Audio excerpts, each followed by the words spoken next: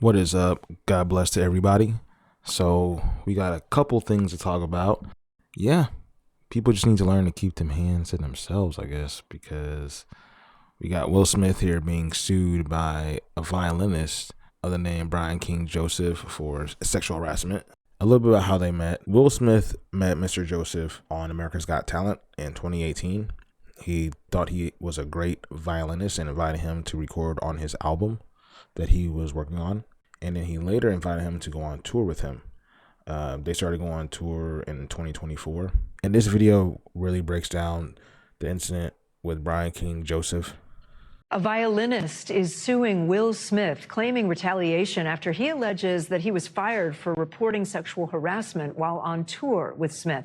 Brian King Joseph filed the lawsuit in California earlier this week, accusing Smith of deliberately grooming him for sexual exploitation. Joseph says the two began spending time alone together during Smith's tour, and he says Smith allegedly told him that they had a, quote, special connection.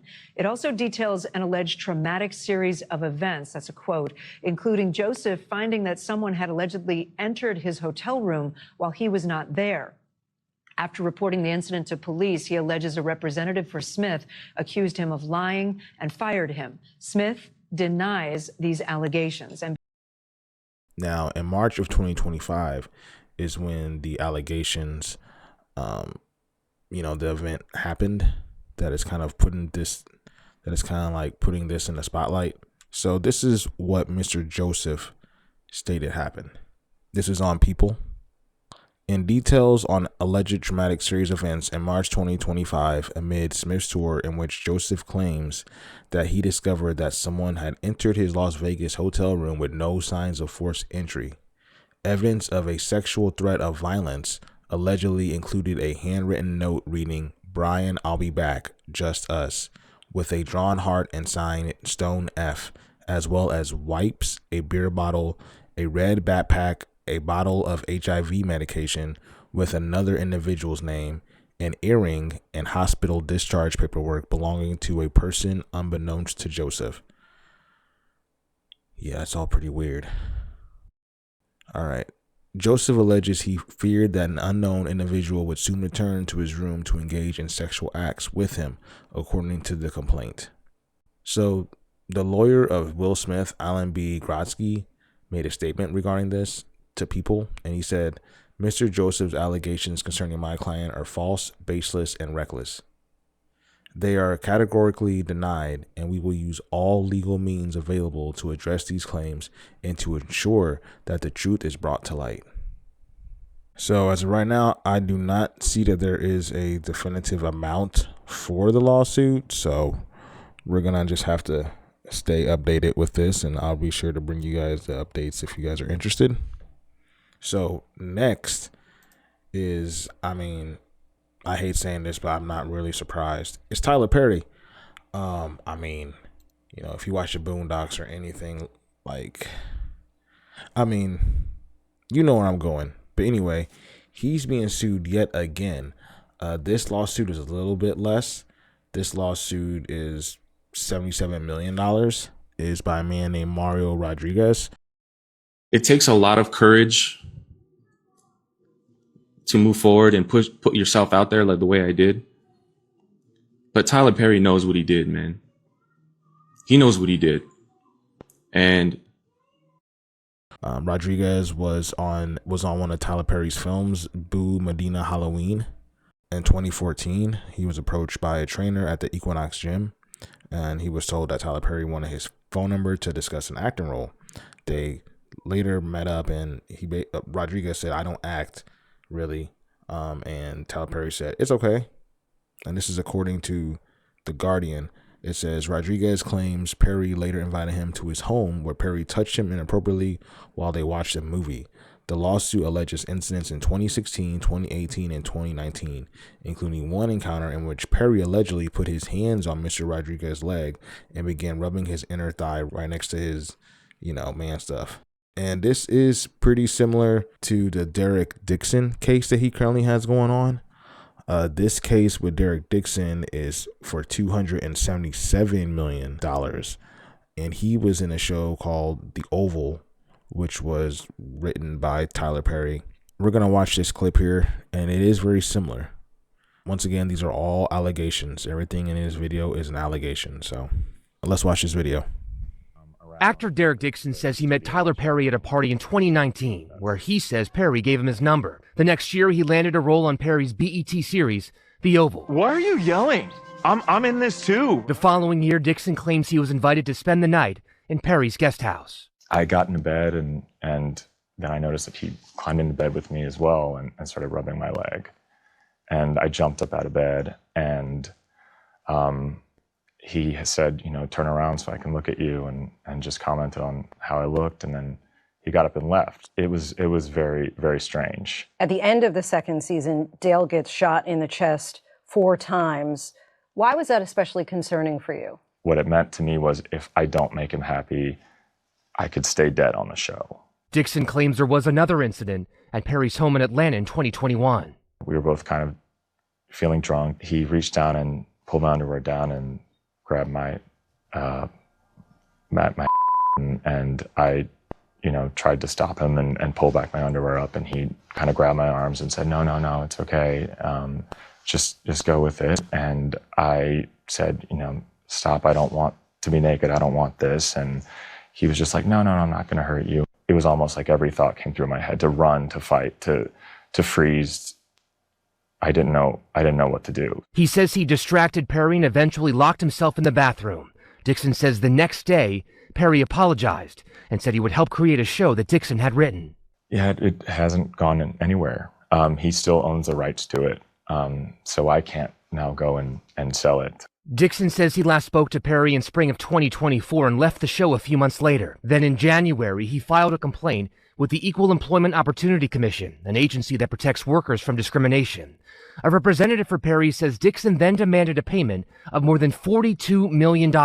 He described your actions as extortion. Mm-hmm. Were you looking for money to buy your silence? No, it needed to be something that would deter him from doing this to somebody else, another actor, or in the future.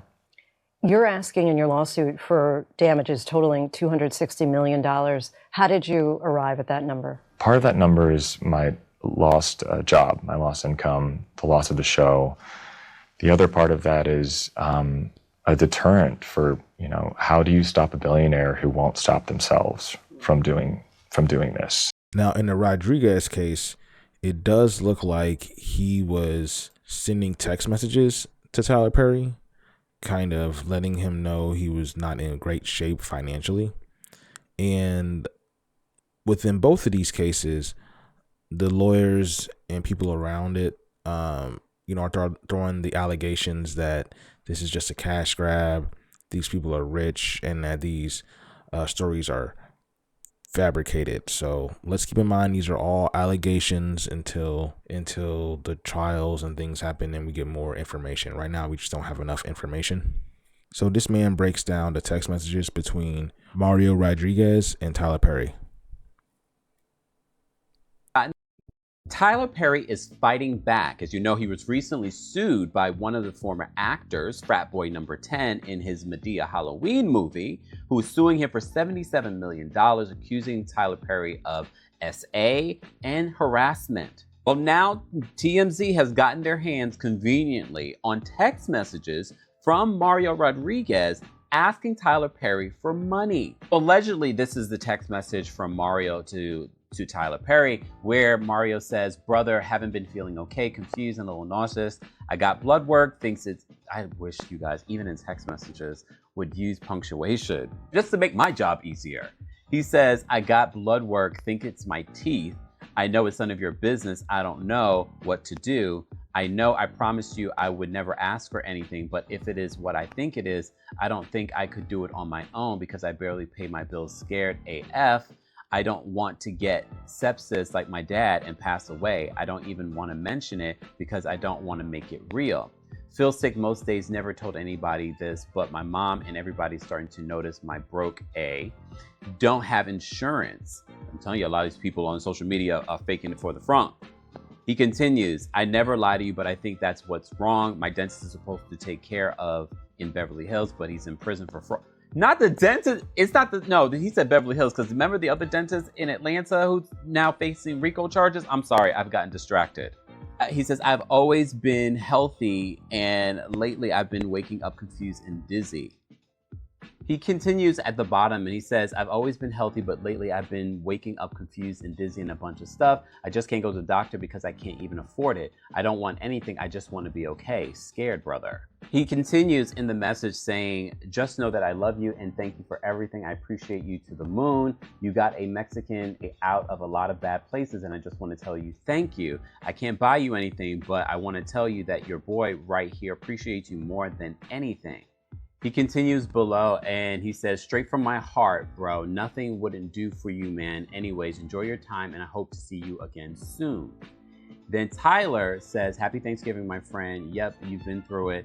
I'm glad you're doing well. You don't have to give me a thing or pay me a thing. I'm just glad that you're good. He then says, Mario replies and says, I'm still going through it, but you know me, man. I'm a survivor just like you are, and I'm glad that you're my friend, and I love you, bro, respectfully. I mean, these text messages are interesting and somewhat damning, but does it prove that Tyler didn't do what Mario is accusing him of, including SA and harassment, even up until 2024, he claims? But anyway, let me know what you guys think. Do you guys think that what these people are saying is fact? Do you think this is all fabricated? Do you think they're just after some rich, successful men? But, you know, just remember, whether you're a celebrity or at a regular workplace, just keep your hands to yourself. I mean, business and relationships of any kind just usually doesn't work out. So just date people outside of who you work with. It's always going to be just a little bit easier. And don't promise people things if they have a relationship with you. That's just setting it up for failure. But thank you for watching and take care of each other.